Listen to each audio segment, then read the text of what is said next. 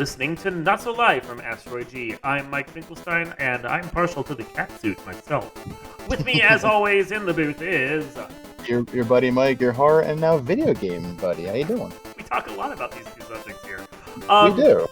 Just a couple weeks ago, it's not that long ago, but just a little bit ago, we had the Nintendo Direct that had a pretty good emphasis on Mario stuff. Nintendo Directs go on for like half an hour, and they cover all kinds of stuff. A lot of games, personally, I don't give a shit about. But you say Mario's coming out, and I'm sort of like, oh, really?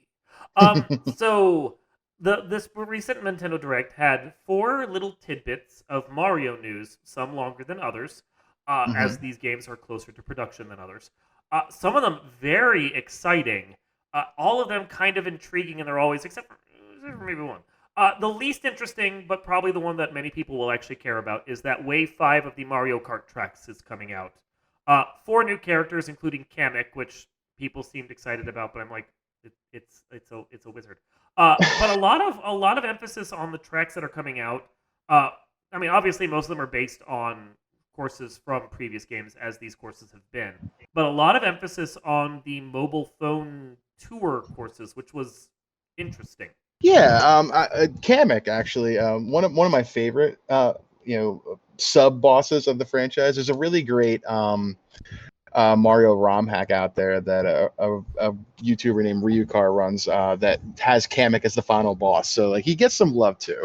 But I mean, it's. I mean, if you have Mario Kart, you're gonna probably get it. It's more money in Nintendo's pocket. It's more tracks, more zoomies, sure. I think what's interesting about Mario Kart 8 Deluxe is that it's no longer really Mario Kart 8 at this point. Yes, that's the foundation for it. The Wii U Mario Kart game that didn't get enough love because, it was on the Wii U. So now it's, like 7, 8 years old and it's still going, which is interesting. Yeah. But it's really not Mario Kart 8 Deluxe anymore. It's almost like the Mario Kart version of Smash Brothers Ultimate. Just about everything Mario is going to end up in this game before it's done, eventually. Yeah. And that includes pretty much every course in some form. Now, a couple of the courses I'm a little sad about the way they were interpreted, like Rainbow Road from the Nintendo 64, instead of being 3 long laps, is broken up into 1 lap in 3 chunks, which is kind of ruins the fun of it, in my opinion. Yeah. But, like, for the most part, it's nice to have all these tracks get lumped in here and be kind of interesting and get this whole retrospective of the whole Mario setup. Something they've kind of been doing since, like, the DS entries and just adding a few bonus courses in. But now it's just, like, everything. Yeah, I mean, I'm a bit of a purist with my Mario Kart. Although the one I played the most is the original, so anything that kind of messes with Rainbow Road kind of just zings me a little bit. Especially like on the 64 as well. Like that Rainbow Road was just so iconic, like the original, that you're taking something that people. I mean, I guess you're subverting expectations. I guess, but Yeah. I mean, Rainbow Road is like it's Rainbow Road. It can't just be what you made it. It has a purpose, and you're ruining it. Yeah. Yeah, the Nintendo 64 one is this pure, like, marathon course. It's endurance to get through it if you're not just cheating and using ultra shortcuts. Like, and so to take a 5-minute course and pare it down to essentially a minute and a half ruins the whole idea of Rainbow Road, basically. Yeah, agreed. It was always like, as a kid, that anxiety of like there's no bumper to go on the sides, there's nothing for me to like ride a rail except every now and again. And I don't even think the original had any rails. I know there's some on the 64 version, but I mean, you took what was, I mean, I'd say that's probably the most iconic track in the entire franchise. I mean, you can put like a couple of other ones up there against it, but I mean, Rainbow Road was the last course you raced for a reason. It was, and it was supposed to be difficult, and it was supposed to make you work for it. So, but I mean, the new quote unquote new courses that they're adding in, they're fine. They look fun. Yeah. It's interesting. It's nice to have practically everything Mario Kart getting dumped into a Mario Kart game. Sure, that's great. I don't know. For me, the series kind of peaked with Mario Kart 64. Yeah, I don't own Mario Kart 8, full disclosure. I keep saying I'm going to get it. I'll probably get it before Speed Gaming Live. So when I meet up with you guys down there, we can like play on our Switches or whatever. But I mean, that's still 3 months away. So we'll see. I'll just keep saying I want to get it and just keep forgetting. I have it on my Wii U. Yeah. I haven't bought I'm it for the I'm Switch yet. I have it on my Wii U, which gets I'm I'm no. I'm, I'm sorry you have one. I'm not. I like. Okay, no, all the games that I liked on there, and we're diverging, but all the games that I liked on there have come to the Switch. So like, I have Mario 3D Land with the Bowser's Fury add-on and so forth that came to the Switch. But there were good games on the Wii U that were just trapped on a system that really couldn't get the love it deserved. The Switch is basically the Wii U 2 as far as how the hardware works, and it's a Right. brilliant piece of tech that is what the Wii U should have been to begin with. Yeah. Um, It's but the Wii U done correctly it's the is Wii what U the done Switch correctly. But I liked what I had on the Wii U. That was fun. Mario 3D World is perhaps one of the best Mario games ever, and I will love the Wii U for the fact that it brought us that game first before the Switch even get it. So Yeah. yeah, We've done some talk of Zelda on this channel as well, with the Tears of the Kingdom. Breath of the Wild was launched. That was like the flagship game for the Wii U, aside from the Mario one. Wii So U and Switch together. It was meant for one, and they switched it to both because the Switch had to be rushed out. But yeah, you got yeah, it if you got it, and you only had a Wii U. You got it for that, and yeah. people did. It sold a lot of copies on the Wii U. Hmm. So yeah, no faulting the Wii U. It had its moment, and there were games that were worth playing. So Right. Yeah.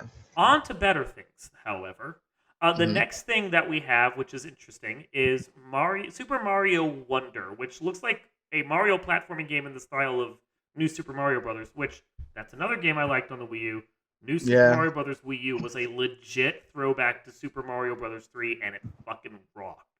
Yeah, Um, it looks really good. I mean, anytime yes. you get like a 2D side-scrolling Mario, which Hmm. a lot of them have gone 3D now. Like I'm into this. I think it's going to be fun. Well, Some of the best Marios were 2D.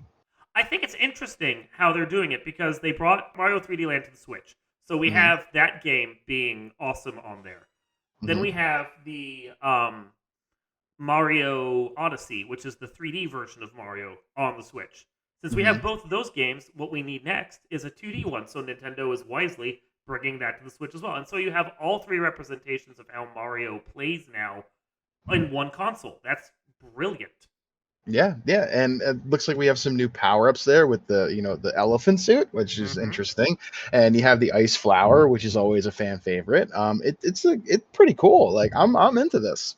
And playable Daisy, not just as a reskin of Princess, but as playable Daisy. Yeah, she does not get enough credit, She doesn't. Like, I mean, Princess Peach is, obviously, Princess Peach, but Daisy, I mean, she deserves some credit too. Mm-hmm. Daisy's great. I'm glad they have her here. Yeah, and like they brought her out as her own character in like Smash Brothers as well, so she's not just a reskin of Right. Princess. I think we need to get the Year of Daisy coming up soon. That's what I'm saying. I'm with you on that. I'll sign off on it. So I think the news that everyone was most stoked about, even more so than Super Mario Wonder, and I know like on the Discord that you and I hang out on, this was a topic of conversation for like half a day. Right. Nintendo and Square have apparently made good with each other completely and have remade Super Mario RPG. Very exciting news here. Hmm. I never got to play this game. I didn't have the ability to. So I am like super hyped that this is actually coming out here and I can play this now. It's it is perhaps my favorite SquareSoft game, only behind Chrono Trigger. Those two were peak SquareSoft on the Super Nintendo. And I know Hmm. that the Final Fantasy series has its lovers, and I will not debate that. But like the SquareSoft at its finest, working on Nintendo hardware, was the one-two punch of Chrono Trigger and then Super Mario RPG, and they are fucking brilliant. Yeah, Chrono Trigger, one of my most favorite games of all time. Hmm. I remember playing the heck out of that as a kid. So, very would love to see that game come back again in some capacity.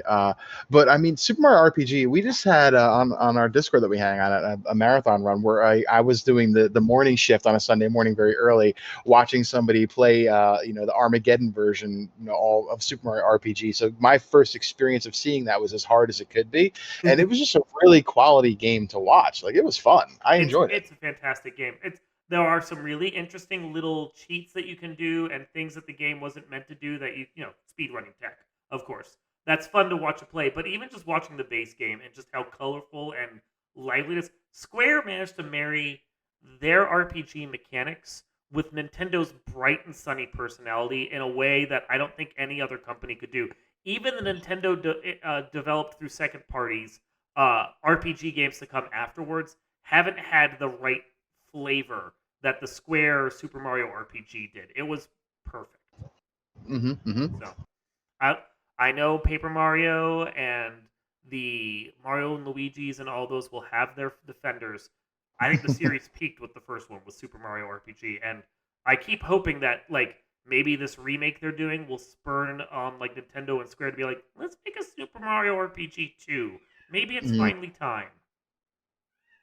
Well, we can dream, We can dream. I doubt and it, we can hope. but yeah. Like I doubt it the same way I doubt we're ever gonna get a third Chrono game. Like it's not happening. It's just not. Yeah, I mean, the So, the original's so good though. It's it's so good. so good, and Chrono Cross is so not.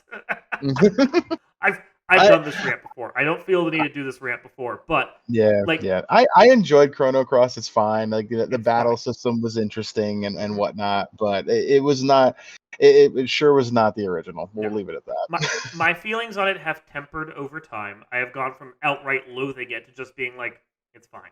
I'll Hmm. watch other people play it because it's a pretty game with Yes. really good music. Like the music is phenomenal. Time Scar, the opening cinematic song for that game, is perhaps one of the best compositions in any RPG. Like it is a fantastic song I will listen to over and over again. And you go on YouTube, you can just find covers of it from everyone. It's great. Oh I yeah. just wish it was married to a game that didn't have a plot that made Final Fantasy VII seem linear and normal. You know, like my God, the plot of Chrono Cross is just beyond confusingly stupid, and Yeah, that more it's than been a anything, while since I played it, but I remember as a kid not quite understanding what I was doing and just chugging along. Like I'm just gonna keep going. I'll figure it out in the end at some point. I don't think I ever did. I figured it out. I understand it. I don't want to understand it. It's stupid. It's just a convoluted knot that really like doesn't even know what direction it's going until it finally just kind of ends. Hmm. Um, Hmm. But yeah, no, it's a bad game. Well, and it's like okay, we're delving into a rant about this. We can rant about it later in a different Sure, podcast. sure, sure, Um, sure, sure. the final tidbit on actual Mario news because we should get back to that before this podcast Right. ends. Exactly. Is the one that we know the least amount about, but it's actually might be one I'm more excited about even than Super Mario RPG, and that's the untitled Princess Peach game, whatever the hell it's going to be. I mean, it's a Nintendo giving you just enough to get the juices flowing and Mm-hmm. the appetites wet a little bit. Like what could this possibly be? We always would love to play as Princess Peach. We saw her in the most recent Mario movie really take a leading role and Mm-hmm. being not that damsel in distress. That my princess is in another castle. So I'm here for this. I think this could go really well and be a nice little wrinkle to the Mario universe that we've It'll long get overdue, no, honestly. it is long overdue because we had Super Princess Peach on the Nintendo DS, which, by the way, in case you want to go buy that, it's $100 used and hideously expensive. So you really have to want to play that game. Um, Hmm. I looked into it because I wanted to catch up. And other than that, outside of that, she's basically only had minor playable roles as in like little in betweener missions in like the Paper Mario games. Like I think Right. you could play as her in between missions in Thousand Year Door, for example. So Mm. she's not really playable in most games. She finally started becoming playable again, from Mario Brothers 2 to Super Princess Peach. Her big time on the screen was not new, was Super Mario 3D World, where she got to Hmm. be one of the 5 playable characters, which I loved. I loved being able to play as her again because it was like the perfect marriage of 3D graphics with Princess doing her Super Mario Brothers 2 controls. Fantastic. Yeah. Loved it. Hmm. And I'm hoping that they let her have the same freedom of control in Super Mario Wonder, where she's a playable character. But Hmm. she's due for another leading role, as you said, and not just being sidecar to the heroes that she always is. And what we see of this is interesting. It's like she's on a stage play, but she has to fight enemies, and then she gets a new colored dress, and presumably there's powers. Like you don't see very much of it, but it hints at maybe a Paper Mario RPG style mechanic or Hmm. some other kind of thing. It's a weird idea, whatever they're doing, and I'm here for it. Yeah, as long as we get some incarnation of the floaty jumps, like I'm Yes, in for it because gotta have the floaty jumps. You brought up Super Mario 2, Mario Brothers on acid. Like that, her jumping in that game was like the first time you've seen it, like, oh, what is this? So like, you got to bring that back into the modern era. You have to. She's easy mode for jumps, and I love it. For she's, sure. she's my favorite character in the series to just play as because she's got this cool vibe to her that I dig. I know Luigi and his big floaty jumps have their fan, but I like the princess lift the skirt and float. Yeah, So I remember always using Princess and Toad because I thought Toad was always the most consistent and Princess had the most fun jumps. I didn't understand as a kid how to use Luigi and his floatiness. his weirdness. And I was tired of using Mario because he was all you used in the other game. But it's fine. It's fine. It's fine. But yeah, no, I think giving her own game again is great. And I think you hit the nail on the head there. Is Princess got her game because she was a huge character in the Mario movie, and people are like, "Oh, she's great. We should get more of her." And Nintendo listened, which is also why they have like a whole 10 seconds of gameplay footage that looks like it comes from a Princess Peach tech demo, because that's probably as much as they were able to do before the Nintendo Direct, and we're like, shit. Yeah, it's like you would think they would have time to plan these things, and then all of a sudden, every now and again, they feel like, oh shit, we got to throw something together.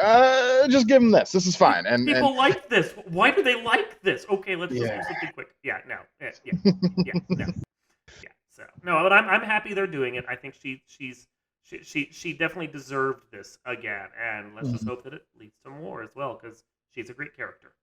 Yeah, Mario is one of those franchises that it ain't never gonna die. It's only gonna expand, and that's a great thing because that's our childhood.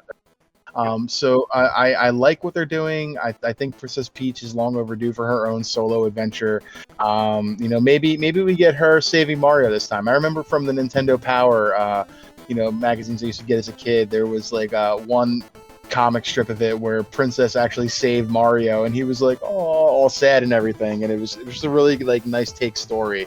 So it'd be nice to see that again, like in an actual video game, not just on paper.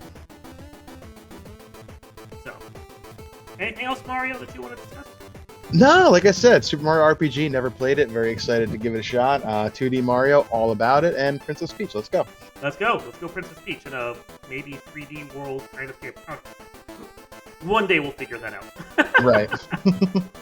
This has been Not So Live from Asteroid G. I'm Mike Finkelstein, and yes, I am the biggest fan of Princess Peach. With me in the booth, as always, has been your friend Mike. How you guys doing? We'll see y'all next week. So I did finally get to see the Super Mario Brothers movie. It was fine. Again, and that's fine because I mean, was it the most amazing thing ever? No. Was it fine? Sure. Was it fun? Yes. And that's all you can expect. There were moments I really enjoyed, but there were also plenty of times where I'm sitting there going, "Oh my god, it's just Illumination making an Illumination movie." Like, and I touched upon this on the website in my review of it. The number of times they introduce an idea and then drop it and never come back to it. Like, I could do a drinking game and get sloshed by the end of it. Like, let's introduce a cat suit, never bring it back again. Let's introduce a tiny mushroom, never bring it back again. Let's bring in the Donkey Kongs with their carts. Let's never explain why they have carts. Let's blow up the carts. Let's never bring the carts back again. Like, it's just constant in this movie. And I was like, if they would stop dropping all these references to other games and just focus on an adventure with Princess and Mario and Captain Toad, because he's fucking Captain Toad. The three of them on an adventure, I would have loved that. But the movie can never stop itself from doing like weird references it won't follow up on, and then really dumb needle drops to 80s pop music that we just don't care about. Like, Take on Me when they're driving through the jungle kingdom. Why that song? What? There was definitely questions about that as well. Yeah, it doesn't relate to anything in the song. No. They don't do a weird driving through a portrait thing, which at least would have made some sense for using Take On. I don't understand. So I get why you liked it. I thought it was fun in that regard. It's a cute movie where if you don't think too hard, yay Mario. It does its job. I was irritated from a screenwriting perspective because, my god, the movie is not consistent. I'm not going to dispute that here. I mean, it was made for kids. You could tell there was moments in there that it was calling to, like, the kids. But there was, like, some good nostalgia. Little things here and there, like some of the posters in the pizzeria were calling back to some cool stuff. And I like the little the call to the Super Mario Brothers, cartoon / live action as an 80s what I saw as a kid. Like, I like that little bit in there.